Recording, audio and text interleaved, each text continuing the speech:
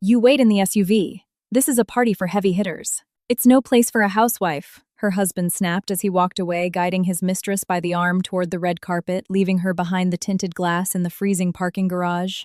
The wife could only watch her heart clenching. For years, she had sacrificed everything to build the fortune of this arrogant man who was now discarding her like yesterday's trash. However, that man's condescending smirk wouldn't last long. Tonight, a grand stage awaited set to completely demolish his hubris until nothing remained. The soft hum of the climate control in the cabin of the black Lincoln Navigator contrasted with the distant commotion echoing from the hotel lobby. In the back seat, Calliope sat with her spine perfectly straight.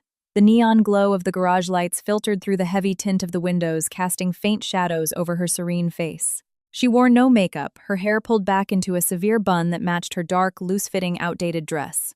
At the wheel, Harrison, a middle-aged man who had served their family for over a decade, glanced at her occasionally through the rearview mirror. A deep crease of worry lined the veteran driver's forehead. His weathered hands gripped the steering wheel, restraining an anger he had no right to unleash. "Ma'am, are you all right?" Harrison's voice broke the suffocating silence. "If you want, I can turn this rig around right now. We can go home, ma'am." Calliope offered a faint smile so subtle it was barely visible. Her right hand retrieved a small silver thermos from her leather tote. She slowly unscrewed the cap. A wisp of steam rose instantly, releasing the intense aroma of black espresso, strong and completely bitter. It was her husband's favorite, the one she personally brewed for him every single night. Once upon a time, Vance couldn't start any major event without the coffee Calliope made. Tonight, the thermos sat untouched in her bag. "It's fine, Harrison. We'll wait here." "The main event hasn't even started yet," Calliope said, her voice flat and chillingly calm. She poured a small amount of coffee into the thermos lid, using it as a cup, and took a slow sip. The harsh, bitter taste flooding her palate suited her current mood perfectly. Her gaze locked through the windshield, fixed on the VIP lobby entrance draped in a brilliant red carpet.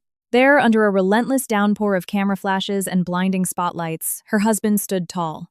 Vance wore a bespoke tuxedo that ironically had been charged to a platinum corporate card bearing Calliope's name. The man was laughing boisterously, projecting the image of a visionary, invincible, young industry leader.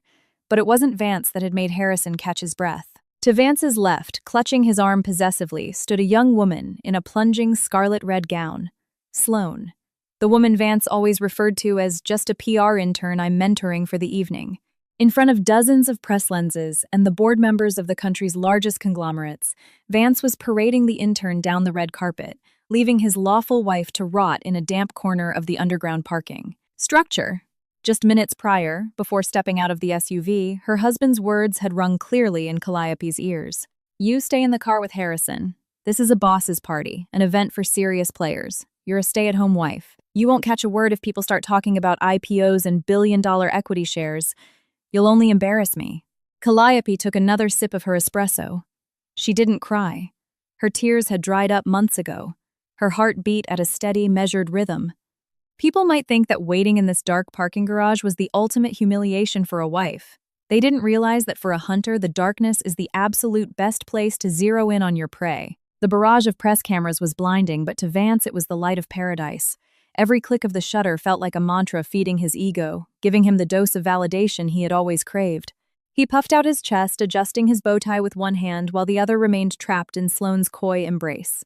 "Mr. Vance over here," shouted a reporter from a major financial news network.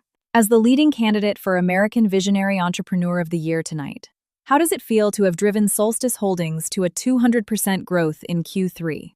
Vance smiled with practiced authority and leaned into the microphone. "Well, this certainly isn't an overnight success. It's the fruit of a strategic vision I built from the ground up, hard work, dedication, and bleeding for the grind. I steer this company like a captain navigating every economic storm with an iron fist." Beside him, Sloane let out a forced, breathy giggle to sound elegant, lightly resting her head against his shoulder. The scent of an overpriced floral perfume which Sloane had aggressively sprayed in her Uber before meeting him flooded Vance's senses.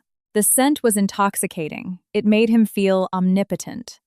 Sloane was the trophy he deserved to have on his arm tonight. Not some dowdy-looking woman dressed in baggy clothes who always smelled like kitchen spices or burnt coffee beans. In his mind, Vance pictured Calliope likely cowering in the backseat of the SUV.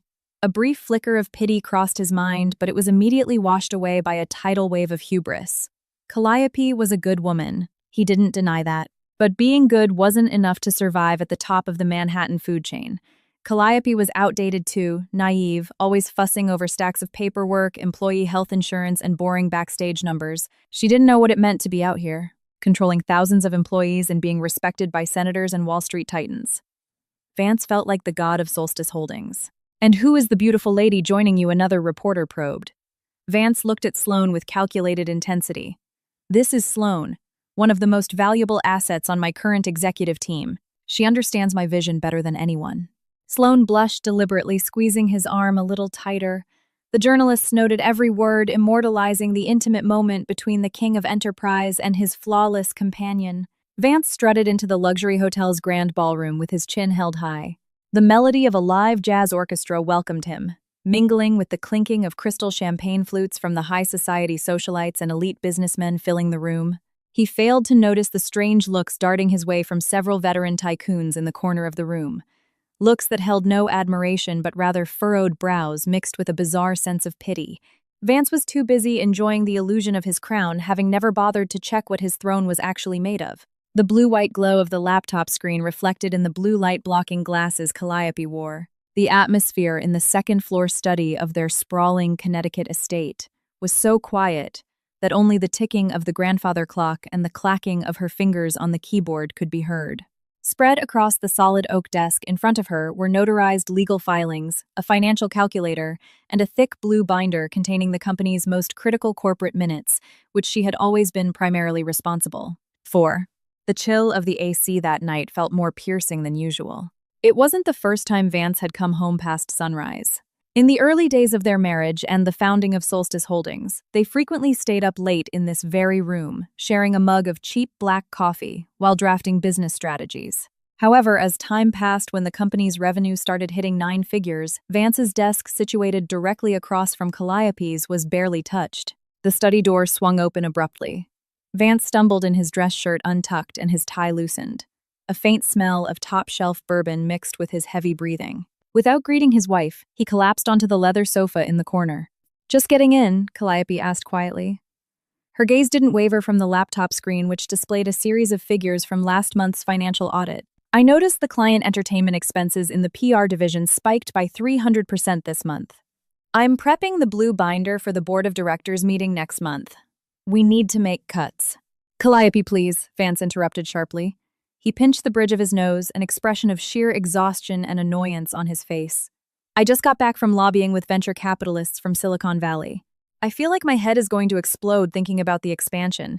Can you not bother me with trivialities?" Calliope's fingers stopped typing. She turned slowly to look at her husband, who was leaning back with his eyes closed. "Trivialities, Vance. This is our core cash flow. And you still haven't signed the legal acquisition papers for the new land in Texas." Vance scoffed, cynically opening his eyes to give his wife that condescending look that had been appearing far too often lately. "That's just paperwork, Cal.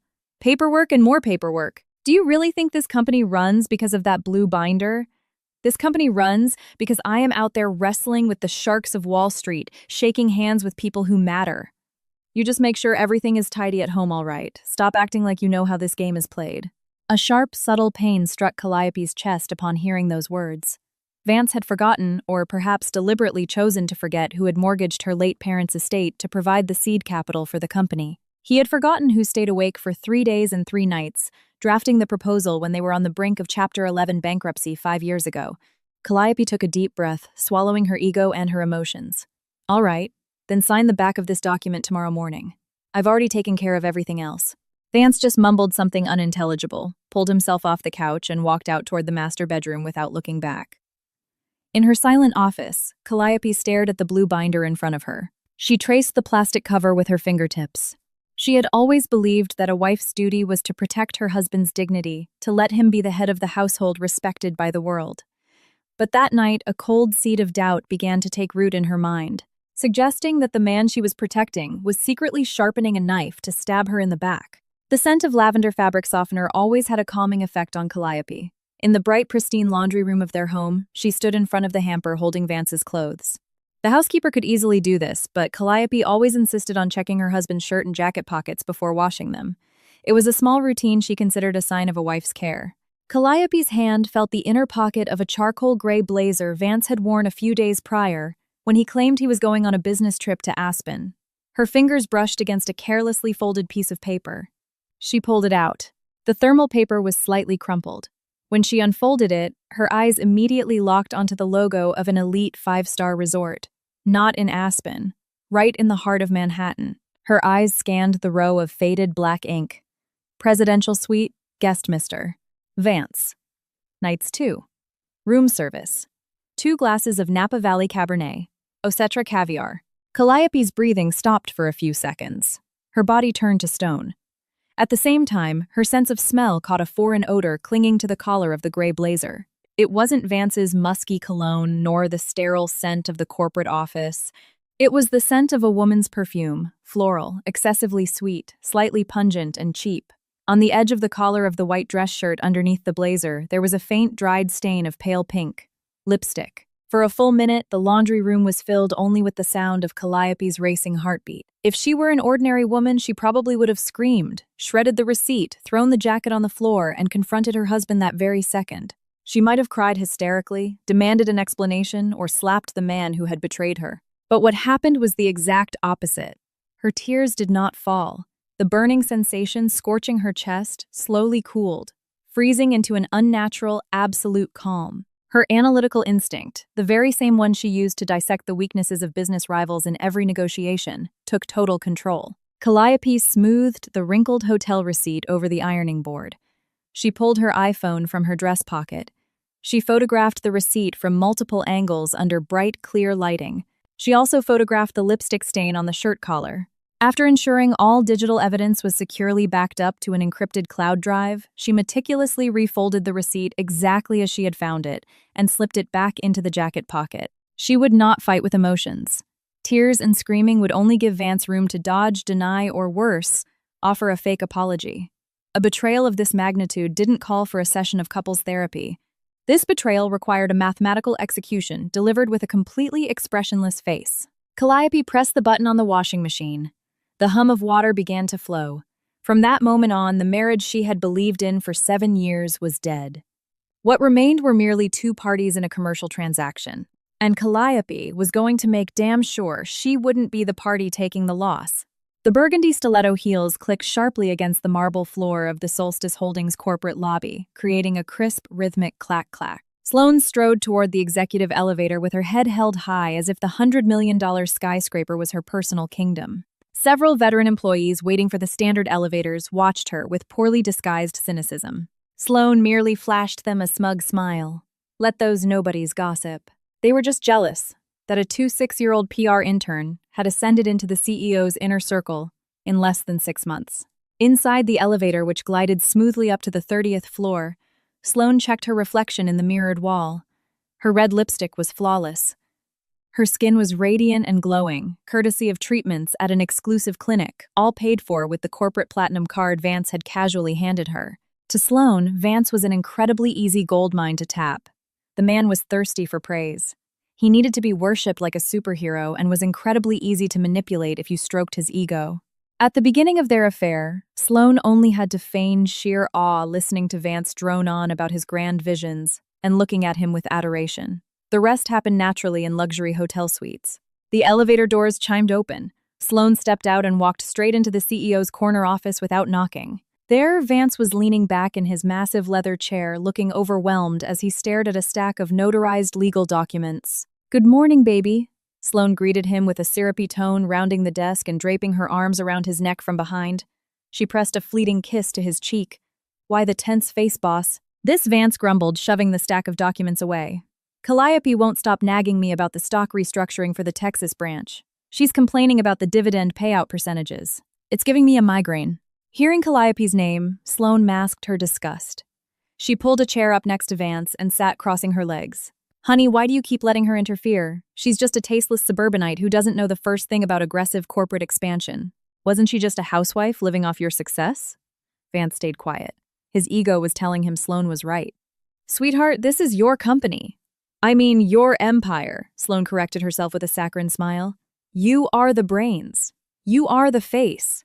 How much longer are you going to let yourself be bothered by the administrative chores your wife mails in from home? You need to take total control. Show the board of directors that you are the sole sovereign of Solstice Holdings. If necessary, throw all those papers away. Make her understand where her boundaries are. Vance looked at Sloane, then back at the stack of documents. You're right. I've been too soft. I built all of this. I should be the one calling the shots. Sloane smiled with deep satisfaction. She leaned back comfortably in the plush chair, imagining that soon the title of Mrs. Vance would rightfully belong to her. She felt she held all the winning cards. She believed she had manipulated the situation brilliantly.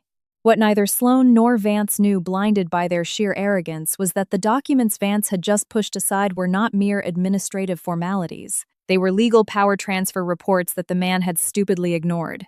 In her blind ambition, Sloane had just declared war on the one person who controlled the very oxygen they breathed in that building. A fatal error for an intern who thought she could dethrone the original founder.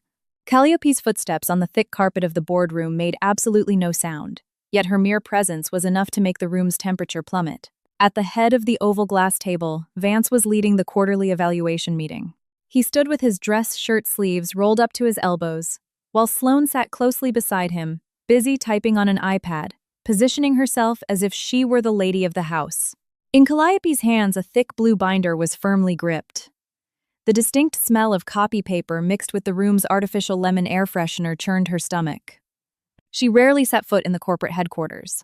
However, the accounting reports from the logistics hub in Texas showed a terrifying anomaly. There was a massive hemorrhage of operational funds that, if ignored for one more week, would paralyze the company's entire supply chain. Calliope had tried calling Vance a dozen times since the night before, but her calls had all been forwarded to voicemail. Pardon the interruption. Calliope's voice rang out calm and steady, cutting off the CFO's presentation. The CFO immediately fell silent, turning pale. Everyone in the room swiveled to face her. There is a liquidity crisis in the Texas branch. Vance, we need to freeze the promotional division's expenses this month to cover the deficit. I brought the audit summary in this binder. Vance glared at his wife, his jaw clenched tight. A vein bulged in his neck. In front of high-level executives and especially in front of Sloane, who was now looking at Calliope with a mocking sneer, Vance felt his authority was being trampled on. What the hell are you doing walking into a meeting uninvited? Vance hissed, his voice low and threatening. It is an emergency, Vance. If the legal restructuring documents aren't signed today, Smack. Vance slammed his palm against the glass table. The sharp crack echoed loudly, making several executives jump in their seats. Calliope didn't blink. Enough, Calliope, Vance shouted, pointing toward the heavy mahogany doors. Who do you think you are to manage this company's cash flow in an official corporate forum? Billion-dollar business is not your world. You stay back and take care of the house. Do not bring your frantic housewife mentality into my boardroom. You're embarrassing me. A suffocating silence filled the room. Sloane looked down, hiding a victorious smirk clearly painted on her dark red lips. Several executives exchanged highly uncomfortable glances, not daring to breathe too loudly. Calliope stood completely still. The words hit her in the gut, but strangely she felt no pain. The fragile string that held her remaining empathy for the man standing before her snapped with a silent click. She slowly looked down at the blue binder in her hands, then raised her eyes back to meet her husband's. Very well. If that is what you want, Mr. CEO Calliope said, her voice dropping to a whisper cold and absolute like the wind on a dead winter night. She turned on her heel and walked out, abandoning the room without looking back. Vance thought he had just won an argument and reasserted his dominance. He had no idea that the click of the boardroom doors closing behind Calliope was the sound of the final nail being hammered into the coffin of his career. The rich aroma of roasted Arabica beans filled the air of a hidden speakeasy-style coffee shop in Tribeca. The place was intentionally designed to be discreet, lacking a flashy sign, making it the perfect sanctuary for executives who needed to hold clandestine meetings away from the public eye. In a dimly lit corner booth behind a carved wooden partition, Calliope sat with her back against a maroon leather banquette. She hadn't ordered anything. Instead, she took her small thermos from her bag, poured the dark, heavy espresso into the lid, and let the steam rise. She needed something bitter to keep her mind razor-sharp. The brass bell above the entrance jingled softly. A woman wearing an asymmetrical charcoal gray blazer strode in. Her stiletto heels clicked with a formidable rhythm. It was Delphine, one of the most ruthless corporate litigators in Manhattan. And more importantly, Calliope's best friend since college, someone who knew exactly how sharp this woman's fangs truly were before she had decided to hide in her husband's shadow. I canceled a conference call with the board of a Swiss bank just because you said this was a matter of life or death, Delphine said as she slid into the booth across from Calliope. The lawyer's piercing eyes scanned her friend's face for any sign of weakness. She found nothing but a deadly calm. What's going on, Cal? Did Vance finally screw up? Calliope didn't answer with words. She reached into her tote, pulled out the exact same blue binder she had brought to the boardroom the day before, and slid it slowly across the wooden table until it stopped right in front of Delphine. I need a forensic audit of these files. Discreet, exhaustive. From the smallest account transfer and the sudden spike in PR funds to the complete transaction history of the corporate platinum card, Calliope said, her voice entirely flat. She took a sip of her espresso, letting the bitterness wash over her tongue. But most importantly, I want you to revalidate all the articles of incorporation, the resolutions from the annual shareholders' meetings over the last 5 years, and the legal binding force of the clauses within them. Delphine frowned. Her hands adorned with a Cartier watch opened the binder. Her nimble fingers flipped through the pages rapidly. Silence overtook their booth for several minutes, broken only by the rustle of paper and Delphine's suppressed sighs. Slowly, Delphine's frown vanished. It was replaced by a half-smile that gradually morphed into a predator's grin. She closed the binder, crossed her arms on the table, and stared at Calliope with a glint of pure admiration in her eyes. Calliope, Delphine whispered, leaning in closer. Please tell me your idiot husband hasn't realized what he's actually been signing all this time. Vance is a man who despises the details, Calliope replied calmly, her gaze fixed straight ahead. He likes the applause, the spotlight, and shaking hands with senators. To him, reading a 500-page SEC filing or legal contract is grunt work for lackeys. He only cares about where he gets to stamp the signature from his $1,000 pen. Delphine let out a dry, humorless laugh and tapped the blue binder. This is more than just a legal document, Cal. This is a high-yield time bomb ready to obliterate his entire ego. Delphine flipped the binder open to the central page of the corporate bylaws. Let me refresh your memory. Legally, when you two founded Solstice Holdings from the ground up, you used your inheritance as collateral for the seed capital. Because of that, your equity stake was already the majority from day one. But the real stroke of genius was what happened 3 years ago when the company almost filed for bankruptcy and needed an emergency private equity injection. Calliope nodded slightly, remembering the sleepless nights when she secretly sold her jewelry and liquidated all her personal trust accounts, injecting the cash into the company as a convertible loan. Your husband, in his sheer laziness to read the annual proxy statements, Delphine continued, her eyes gleaming with cunning, didn't realize that every time he signed the end-of-year filings and approved the shareholder resolutions you drafted, he was systematically acknowledging the dilution of his own equity. Delphine pointed to a percentage printed in bold at the bottom of the page. With the final debt-to-equity conversion, 85%. 85% of the absolute ownership of Solstice Holdings rests legally in your hands, Calliope. The rest is scattered among minority investors. And Vance's position, Calliope asked. Though she already knew the answer, she wanted to hear it spoken aloud by a legal expert. Vance Delphine smirked cynically. His name is listed in the bylaws as Chief Operating Officer. The public calls him CEO because he's the one who always goes on CNBC. But in the eyes of corporate law, Vance is just a high-level salaried employee of the corporation. He doesn't have majority voting rights. He can't make acquisition decisions without your board approval. And the best part, Delphine leaned in again, her voice dropping to a razor-sharp whisper. You, as the majority shareholder and chairman of the board, have the absolute authority to terminate him unilaterally, whenever you want, with zero severance, especially if we attach the evidence of corporate embezzlement using company funds to bankroll his mistress. Calliope looked down at the empty lid of her thermos. There was no joy in her chest, only a desolate irony. The man who for years had told her to hide in the kitchen, who considered her ignorant of the billionaire boys club, was actually surviving purely on her dime. Calliope raised her head, her eyes reflecting a steel determination that no one could break. She was going to make this execution as spectacularly public as possible. A grand crystal chandelier hung arrogantly in the middle of the luxury penthouse Vance had rented specifically for his rendezvous with Sloane. Heavy velvet curtains covered the floor-to-ceiling windows overlooking the glittering Manhattan skyline. On the white marble nightstand sat a large black envelope with gold-foiled edges that caught the light. Vance sat on the edge of the bed, his silk shirt half unbuttoned. In his hands, he tightly gripped a thick, vanilla-scented cardstock invitation he had pulled from the envelope. His heart hammered, pumping blood filled with overflowing pride. The American Enterprise Visionary Awards Vance muttered, his eyes glued to the gold lettering embossed on the card. the most elite gala for the country's top tycoons.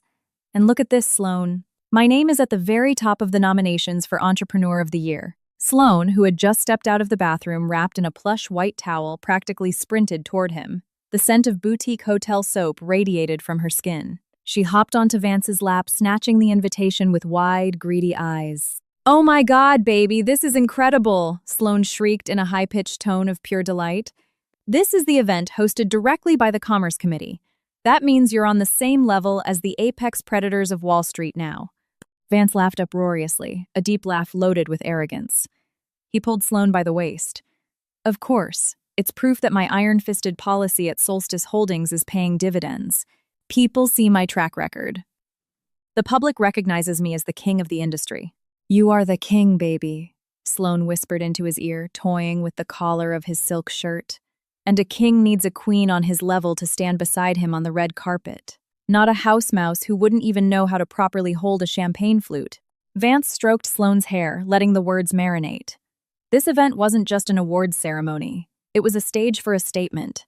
Media from all over the country would be there. Millions of eyes would be watching.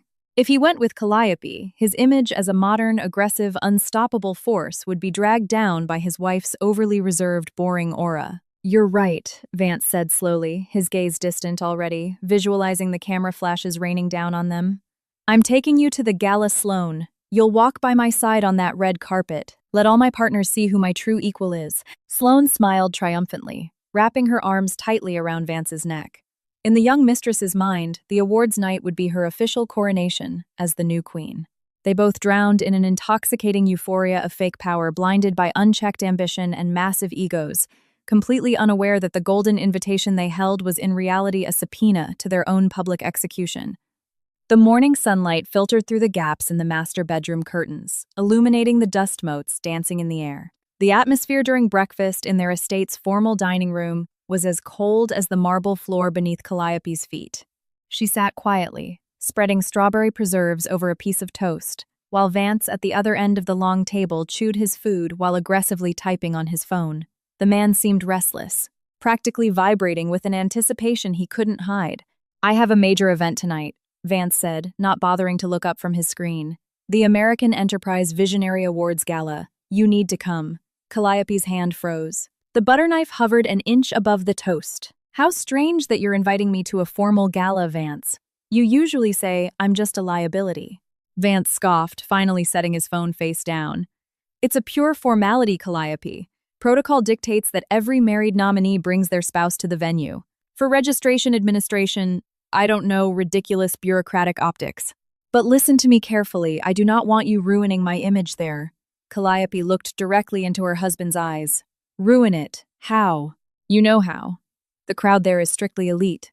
They discuss macroeconomics, global equities, and transnational mergers," Vance said, his tone dripping with condescension. He took a sip of his water with an air of superiority. "Dress very simply. When we get to the hotel, you stay in the SUV with Harrison. I will go into the ballroom. It's a party for heavy hitters, not a place for a housewife like you. I don't want to have to explain to my partners why my wife doesn't understand the first thing about the empire I've built." Calliope lowered her gaze, acting as if she were swallowing the bitter pill of rejection. Beneath her impassive expression, her jaw muscles locked. Yet she managed to perfectly control her facial features, regulating her breathing before raising her face with the exact same submissive expression she had shown this arrogant man for the past 7 years. "All right," Vance, Calliope replied softly, almost in a whisper of resignation. "I'll go, I'll dress simply, and I'll wait for you in the parking garage, if that is what's best for your image." Vance smirked in satisfaction, feeling that once again he had dominated his wife without a hint of resistance. He stood up from his chair, grabbed his suit jacket, and walked out toward the garage, without so much as a thank you or a goodbye. Once Vance was gone, Calliope stood from the table, walked calmly back to the master bedroom, and opened the doors of her massive walk-in closet. Her right hand slid past the rows of understated dresses she wore daily. Her fingers brushed against a texture of cold, smooth silk. It was a breathtaking, custom-tailored emerald green evening gown she had secretly commissioned from a top-tier designer a month ago. The dress was perfectly hidden in the darkest corner of her closet. Calliope's fingers traced the delicate beadwork on the bodice. Her lips slowly curved upward, forming an asymmetrical smile Vance hadn't seen in years. It was the smile of a chess grandmaster who had just allowed her opponent to take a pawn, only to trap the king in an inescapable checkmate. The morning charade was over. The countdown to the destruction of this foolish dictator had officially begun. The rush of water from the master bathroom shower echoed, interspersed with Vance's off-key humming bouncing off the marble walls.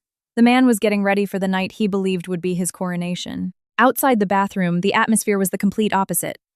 Silent, calculated, and highly cautious, Calliope stood at the foot of her king-sized bed, slipping a black polycarbonate carry-on suitcase into a large canvas tote she normally used to haul paperwork. Inside the hard-shell case, perfectly folded, was the emerald silk gown that radiated an elegant, venomous glow. Calliope traced the surface of the suitcase for a moment, feeling the coldness of the hard material hiding her secret weapon.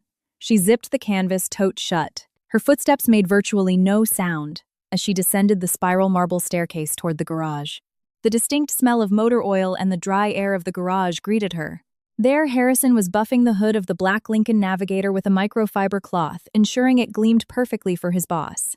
Seeing Calliope approach carrying a heavy bag, Harrison hurried over.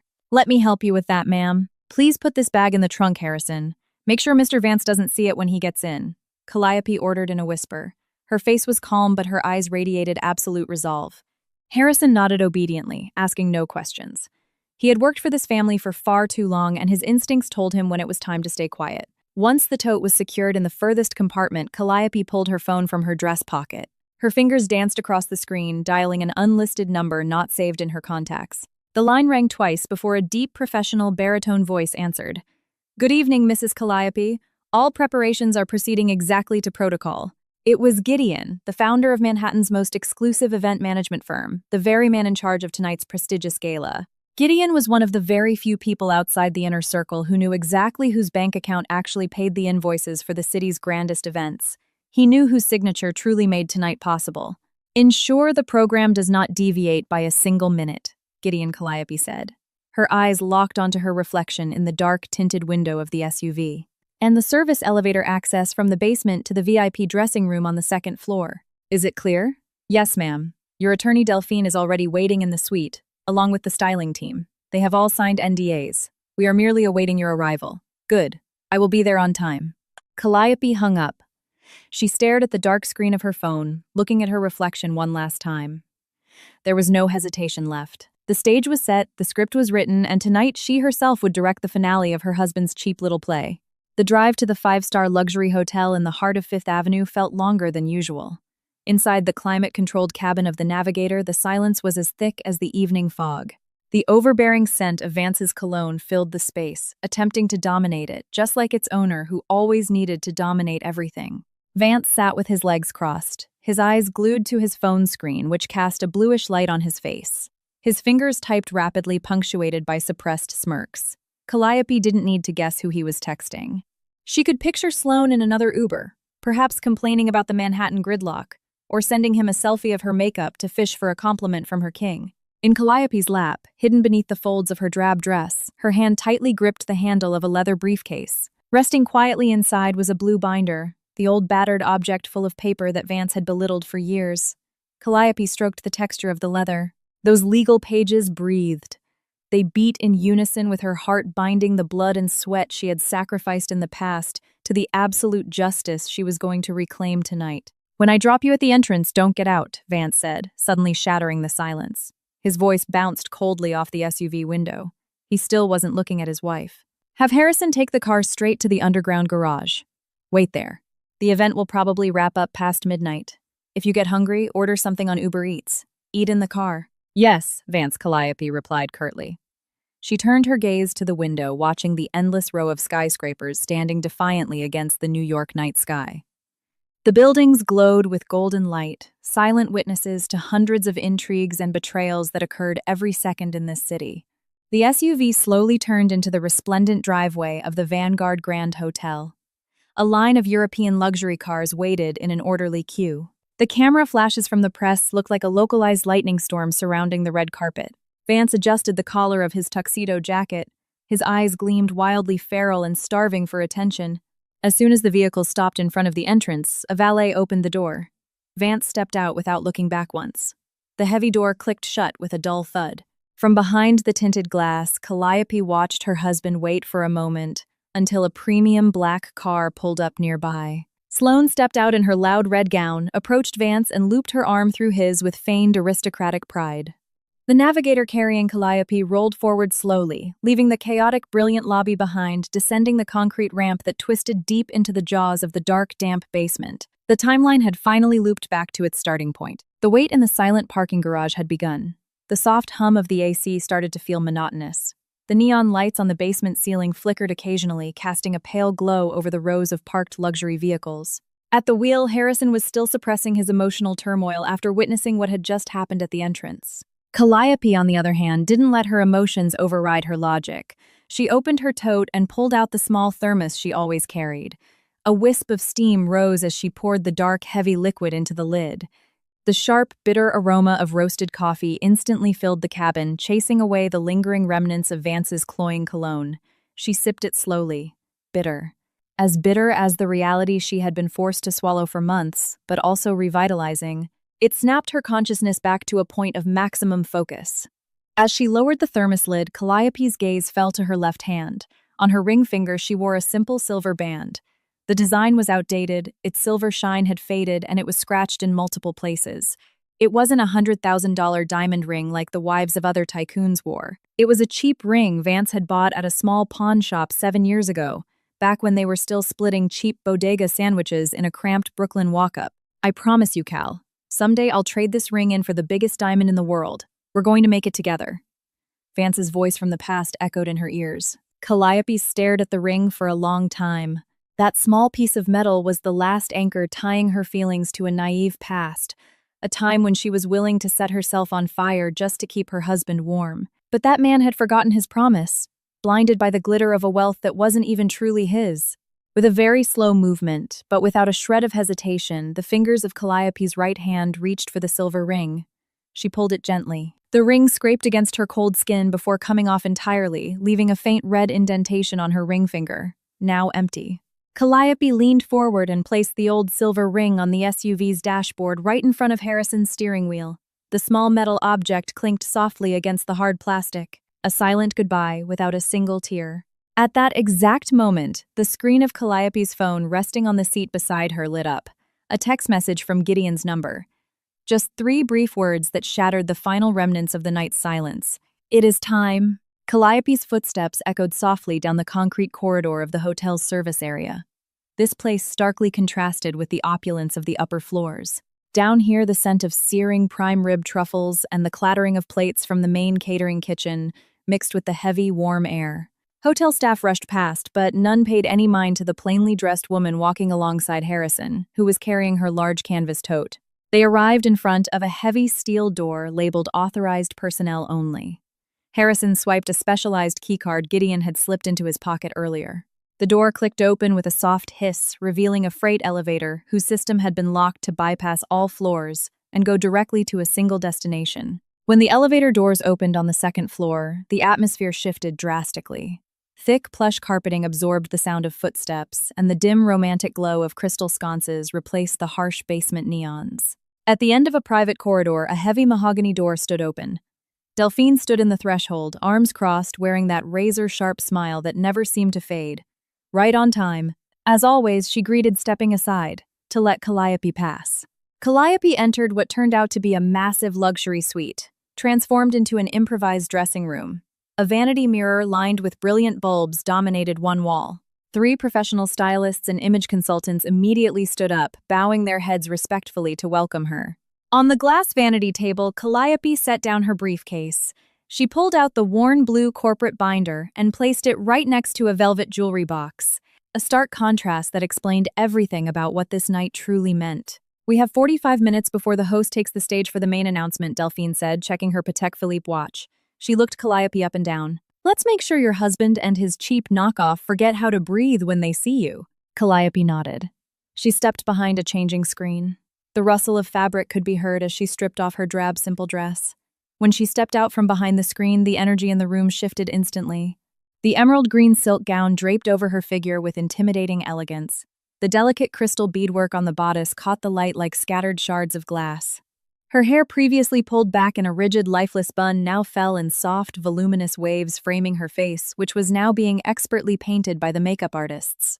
The makeup wasn't heavy, but it sharply accentuated her strong jawline and the gaze in her eyes, which were now as lethal as obsidian daggers. When the final touch of a deep nude lipstick was applied, Calliope stood up from the vanity chair. Delphine, who had been watching from a velvet sofa, rose slowly. The formidable lawyer could barely hide her awe.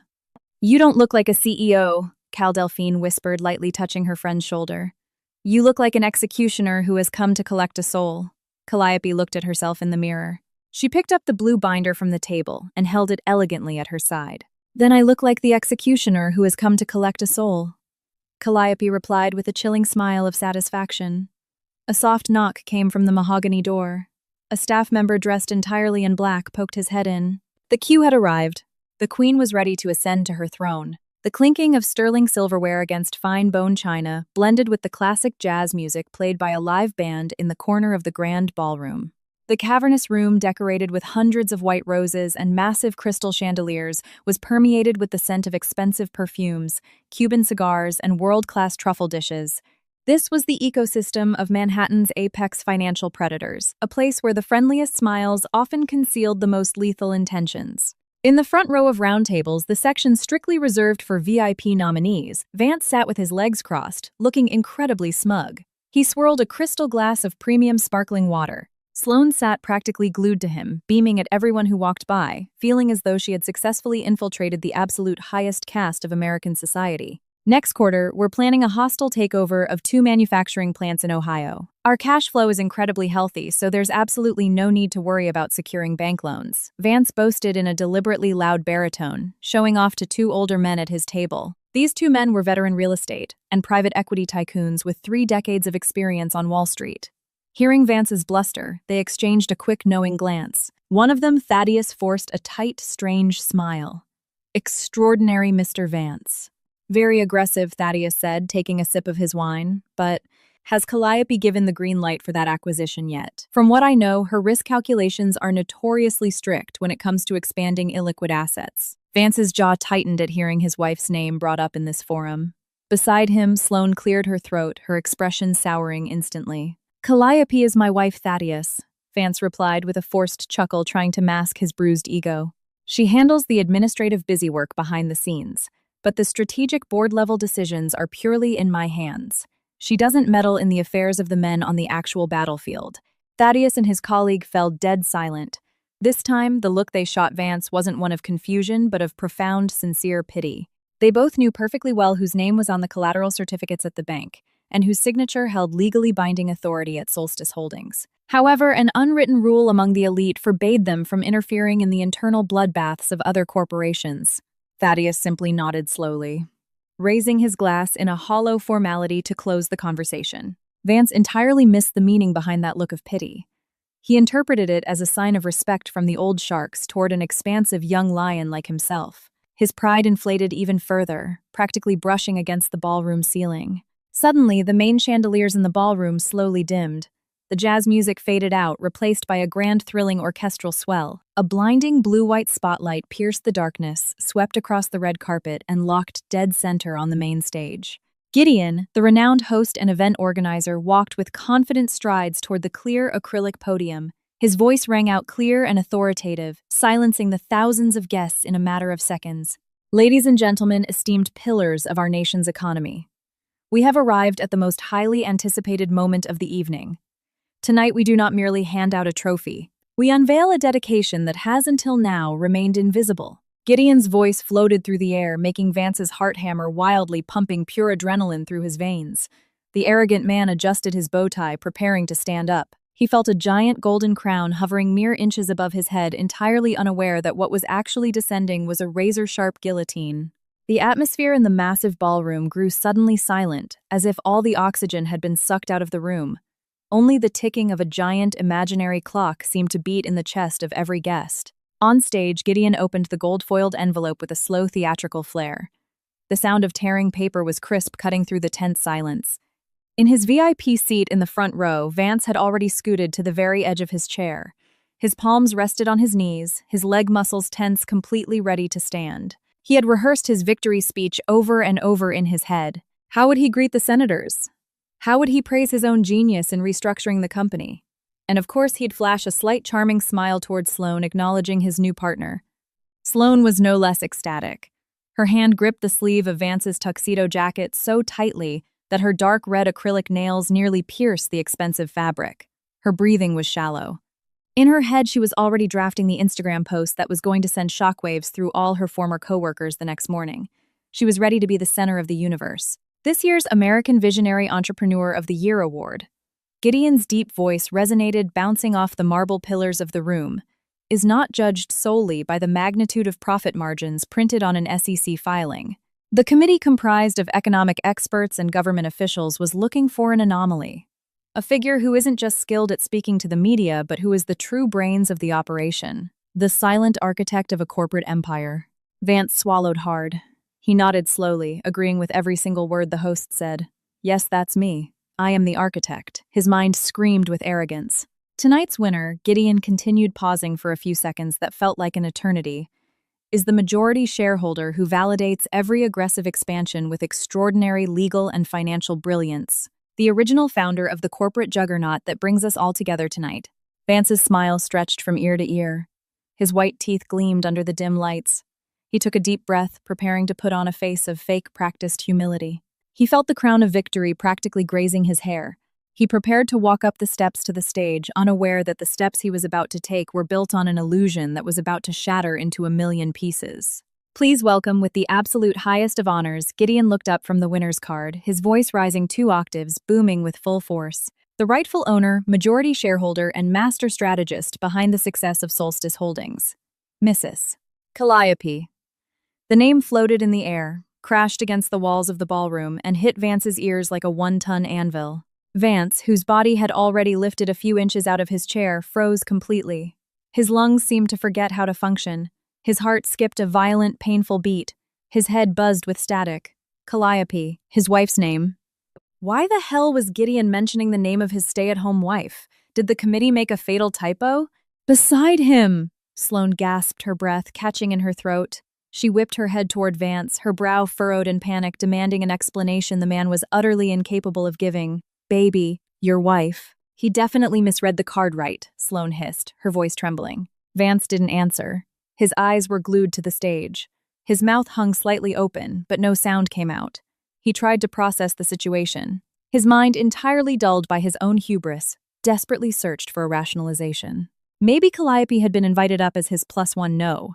Gideon had clearly said rightful owner and majority shareholder. Something ice-cold began to creep up from the tips of Vance's toes all the way up his spine. Before Vance's brain could even formulate a protest, the main spotlight on the stage snapped away. Instead of aiming at Vance's chair in the front row, the blinding blue-white beam cut across the sea of guests, sliced through the darkness, and locked perfectly at the very top of the grand curving staircase, descending from the second-floor mezzanine. Every single head in the room, hundreds of pairs of eyes belonging to billionaires, journalists, and politicians turned in unison toward the source of the light.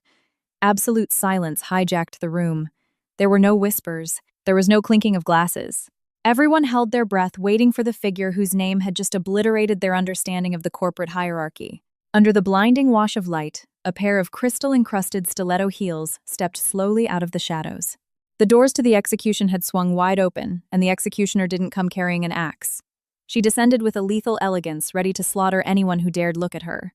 The tip of her heels struck the red carpet of the stairs with a soft but commanding click.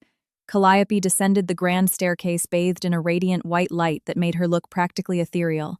The emerald silk gown hugged her body, flowing like liquid glass, reflecting a level of luxury that instantly eclipsed the designer dresses of every other woman in the room. Her hair, styled with impeccable sophistication, framed a face that radiated absolute terrifying calm. There was not a single ounce of doubt in her eyes.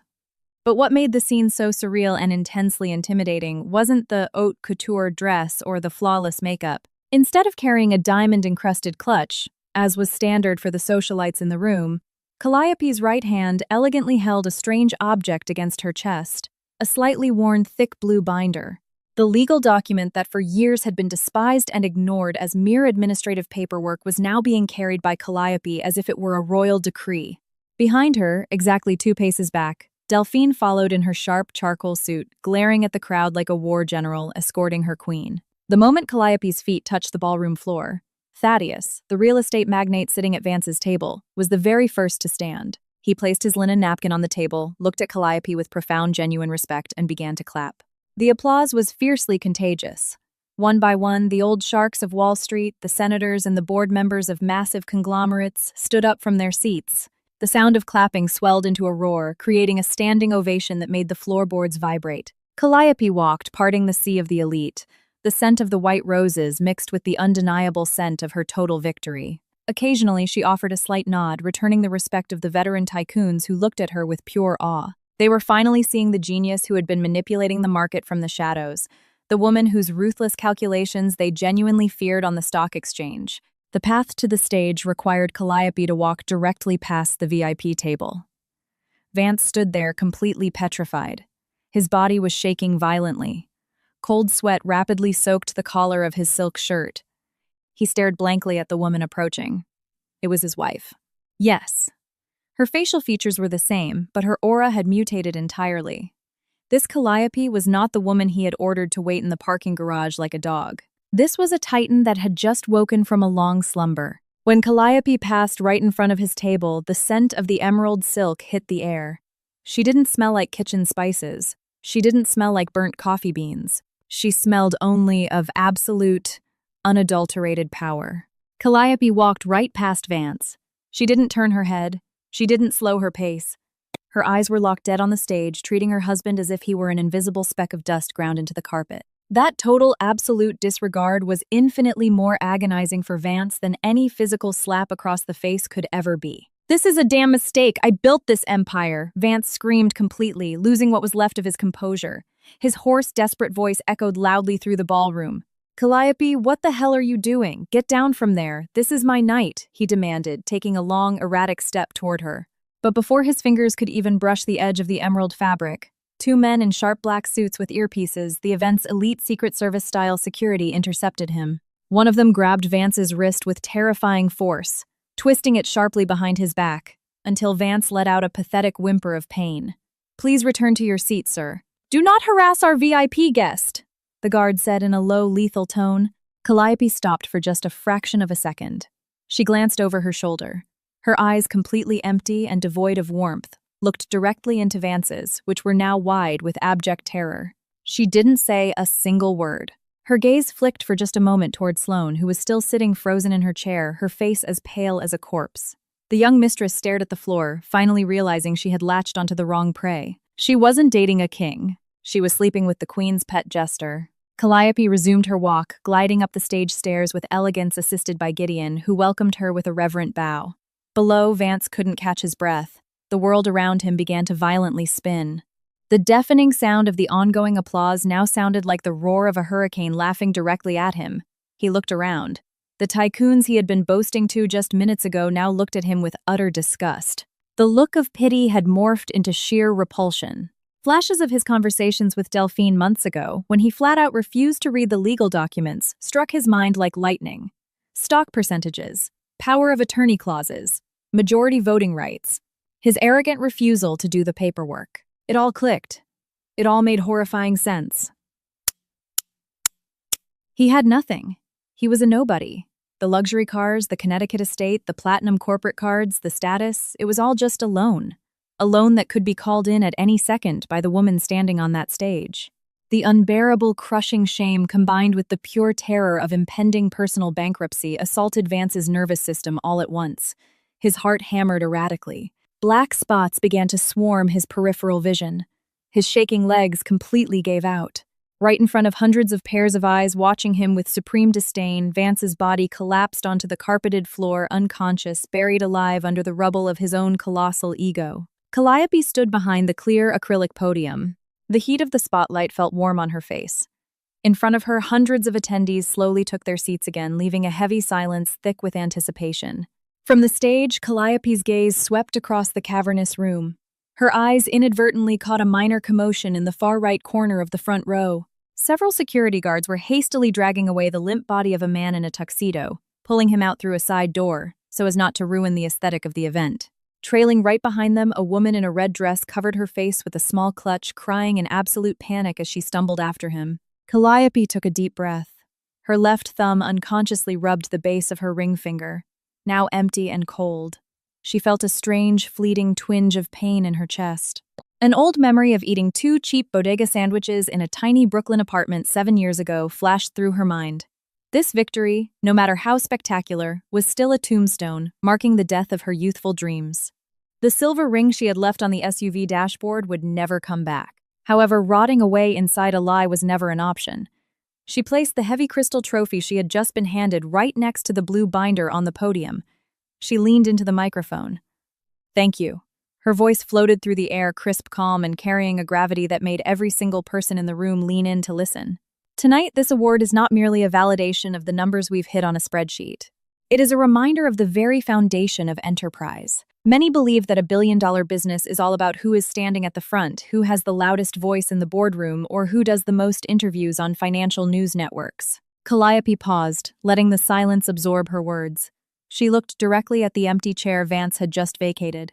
"For years, I chose to work in total silence, securing the legalities, guaranteeing that the foundation of the corporation wouldn't crumble when it was battered by the storms of blind, unchecked ambition. Someone very close to me recently told me that the billion-dollar business world was not my world, that my place was strictly behind the scenes because I understood nothing." A low murmur rippled through the crowd as the elite attendees began to connect the dots of the silent, brutal drama they had just witnessed. Calliope smiled faintly, her gaze sharpened into steel. "Tonight I want to make one thing perfectly clear. Yes, I have always been in the background, because I am the one who owns, builds, and entirely controls this stage. Thank you." The roar of applause erupted once more, this time deafeningly loud, accompanied by cheers and whistles of sheer admiration. The press photographers scrambled to capture her. Calliope lifted the blue binder in her hand, held it to her chest one last time, and turned to walk off the stage. That night, she hadn't just won a trophy. She had taken her entire life back. A week had passed since the night at the Vanguard Grand Hotel. Manhattan never cared who crashed and burned the day before. The city kept spinning at its natural, ruthless pace. But on the 30th floor of the Solstice Holdings building on Wall Street, the gears of power had completely shifted on their axis. The morning sun poured through the floor-to-ceiling windows, showcasing the concrete jungle of the financial district. The CEO's corner office, formerly a masculine mess, littered with Vance's indoor putting greens and golf clubs, had been completely transformed. It was now pristine, smelled faintly of vanilla, and was lined with stacks of financial reports arranged with surgical precision on mahogany shelves. Calliope sat behind the massive marble desk, still wearing her understated, simple clothes, but now projecting an aura of total authority that forced any executive walking in to immediately lower their gaze in respect. She was no longer hiding in the second-floor study of the Connecticut house. The door opened without a knock, and Delphine strode in holding a plain manila folder. The lawyer grinned from ear to ear and tossed the folder onto the desk. Vance's termination papers were officially ratified by the board of directors last night. Delphine reported dropping onto the guest sofa. Fired with cause. Breach of fiduciary duty and corporate embezzlement. Just as I promised, his golden parachute is voided. He won't see a single cent of severance. Delphine crossed her legs, looking immensely satisfied. Furthermore, the divorce filings have hit the judge's desk. Thank God you insisted on that ironclad prenup before you got married. That idiot isn't going to touch a single penny of your equity. His corporate cards were permanently frozen, and his company car was repossessed by our legal department at 6:00 a.m. this morning. Calliope glanced at the manila folder for a fraction of a second, showing zero interest. And the girl Sloane. Delphine let out a sharp, dry laugh. She emailed her resignation at 8:00 a.m. the morning after the gala. Word around the water cooler is she immediately blocked your ex-husband's number the second she found out he was flat broke and had to move back into a cheap studio apartment. Tragic, but highly entertaining. Let it go, Calliope replied quietly. Her eyes returned to the computer monitor, which displayed a real-time stock chart of the company's shares skyrocketing since the announcement of the new leadership. In the corner of her desk, right next to the original articles of incorporation, which were now mounted inside a glass frame as a daily reminder, sat a small silver thermos. Calliope reached out, unscrewed the lid, and poured the dark, heavy espresso, still emitting a faint trail of steam. She took a sip. The bitter taste flooding her mouth was exactly the same as it was last week, last month, and last year. Her marriage had turned to absolute ash. There was an invisible scar that would always remain tucked in a corner of her heart, a very steep price paid for a lesson in trust. Betraying your own past is never easy. But as Calliope looked at her reflection in the expansive glass window overlooking the Manhattan skyline, she knew one thing for absolute certain. There were no more shadows left to hide in. From this day forward, she was the sun of her own universe. She took another sip of black coffee, set the cup down, and began typing up the strategy for her next hostile takeover. Life moved on, and she fully intended to lead it.